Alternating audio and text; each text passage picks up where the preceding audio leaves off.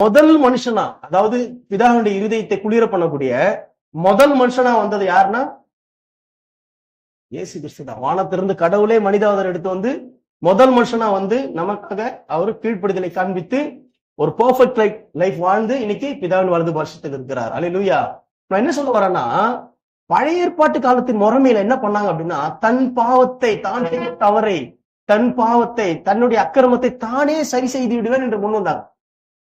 அதனாலதான் கிட்டத்தட்ட ஒரு ஆதாம் முதற்கொண்டு என்னாச்சு, கிட்டத்தட்ட ஒரு 3000 வருடங்கள் வலிச்சுது. இயேசு கிறிஸ்து வருவதுக்கு முன்னாடி ஒரு 3000 வருஷம், அதாவது இயேசு கிறிஸ்து வரத்துக்கு ஒரு 3000 வருஷம் வலிச்சிச்சு. ஏன் அப்படின்னா, தான் செய்த தவறை தானே சரி செய்து விடுவேன், தான் செய்த பாவத்தை தானே சரி செய்து விடுவேன் என்ற மைண்ட் செட்டப் இருந்தது. அதனாலதான் கடவுளை அவங்களால என்ன பண்ண முடியல, கொண்டு வர முடியல.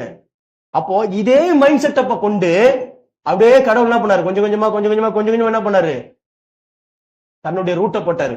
கடைசியில இயேசுவை கொண்டு வந்தாரு. 3000 வருடங்கள் ஆச்சு பாரு.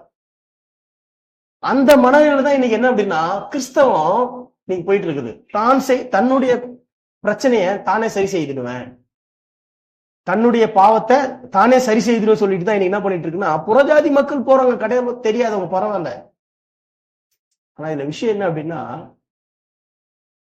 கிறிஸ்தவர்கள் போறாங்க, தான் செய்த தவறை தானே சரி செய்திடுவேன். சேக்காடையில இருக்கிறவன் சேக்காடையில இருக்கிறவன் தூக்குனா எப்படி இருக்கும், 2 பேரும் சேர்ந்து சேக்காடையில தான் விழணும். அப்போ பிரச்சனை எங்க இருக்கு, ரத்தத்திலே இருக்குது. பாவத்திலே பிறந்த ஒரு மனுஷன், தன்னுடைய மாம்சத்தையும் ரத்தத்தையும் பாவத்திற்கு ஒப்பு கொடுத்த ஒரு மனுஷன் எப்படி பாவத்திலிருந்து விடுதலையாக்க முடியும்? தன்னிச்சையாக. பாவமே அறியாத, பாவமே இல்லாத ஒருவர் மூலமாகத்தான் விடுதலை அடைய முடியும் என்ற அறிவு என்ன பண்ணலாம் அவங்களுக்கு இல்ல. அதனாலதான் என்ன பண்ணாங்க, செஞ்சுட்டே வந்தாங்க. தன்னுடைய பாவத்தை தானே சரி செய்துடுன்னு சொல்லிட்டு